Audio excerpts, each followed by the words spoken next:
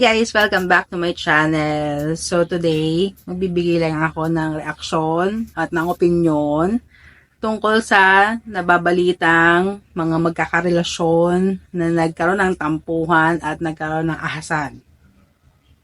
So, doon sa nababalitang issue, sabi, nagkaroon daw ng tampuhan itong si ate mo girl at si kuya mo.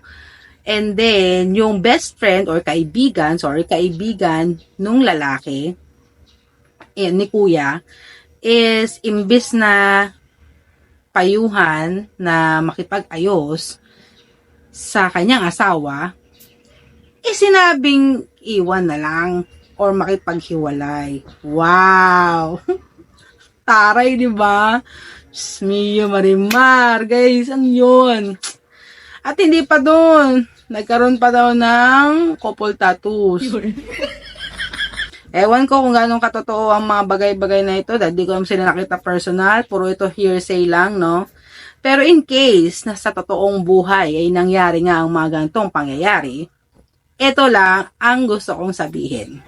So una, if mapunta kayo sa sitwasyon ni Guy, na kayo ng jowa nyo magkaroon ng di pagkakaunawaan or ng tampuhan, instead na lumapit kayo sa mga kaibigan nyo, ba't hindi yung jowa nyo ang kausapin nyo? Or palamigin nyo lang muna yung sitwasyon. Wala kang pupuntahan, lalo na kung halimbawa ikaw lalaki. Kaya siyang babae, nagkatampuhan kayo. May kaibigan kang babae, doon ka pupunta. Wala ka ba ibang kaibigan? Kasi, eto lang isipin nyo isipin nyo to. Halimbawa, lalaki kayo. Yung karelasyon ng babae tsaka kayo nagkatampuhan. Gugustuhin nyo ba na i-comfort sila ng lalaki? Na kaibigan nila? Syempre hindi. Hindi lang sa hindi ka komportable o hindi komportable yung ganun, kundi hindi siya magandang tingnan. Hindi natin nilalagyan ng mali siya, pero yun nga ang sabi nila. Ang tukso, hindi nilalabanan, nilalayuan, no? So, para walang mangyaring tukso, lumayo kayo sa mga possible na entrance niya. Sa mga possible na pangyayaring mahulog kayo sa tukso. Bakit hindi nyo nalang palamigin muna yung sitwasyon? Punta kayo sa kanya-kanyang kwarto or maghiwalay kayo ng lugar. And then mag-isip kayo lang. Then pag handa na kayong makipag-usap, sa isa't isa na lang kayong makipag-usap. Huwag na kayong makipag-usap pa sa iba, kasi yung relasyon nyo, pag nakipag-usap kayo sa iba, hindi nyo naman yun maaayos with them. Hindi naman sila yung karelasyon nyo eh. Diba? Nagiging way pa yun para mahulog kayo sa tukso. Siyempre, kung yung babae may interest sa inyo, o yung lalaki may interest sa inyo, pag kayo, doon kayo lumapit, dahil may problema kayo sa mga asawa nyo, sa jowa nyo, tas crush nila kayo, hindi nyo lang alam, siyempre, gagalaw yan. Magbibigay yan the moves. Hindi naman kayo ignorante, hindi naman kayo manhid. Mararamdaman nyo naman yun. So, bakit? Lalo na kung may pamilya na kayo, ang nakaaway nyo is yung asawa. Hindi maganda na sa ibang lalaki o sa ibang babae kayo humihingi ng comfort. Huwag nyo na i-chika sa iba pa yung nangyayari sa relasyon nyo. Kasi hindi siya maganda. It's either mapayuhan kayong mali or mabigyan kayong the moves. Isa pa, doon naman sa mga babaeng kaibigan o sa mga lalaking kaibigan. Kung ang babae o lalaking kaibigan nyo may karelasyon na, please, distansya na kayo. Halimbawa, babae ako, may kaibigan ako lalaki, nagkaroon siyang jowa. Ako, dapat, dumistansya na. Hindi na pwedeng kasing close, kung close na close man kayo, nung siya'y single pa.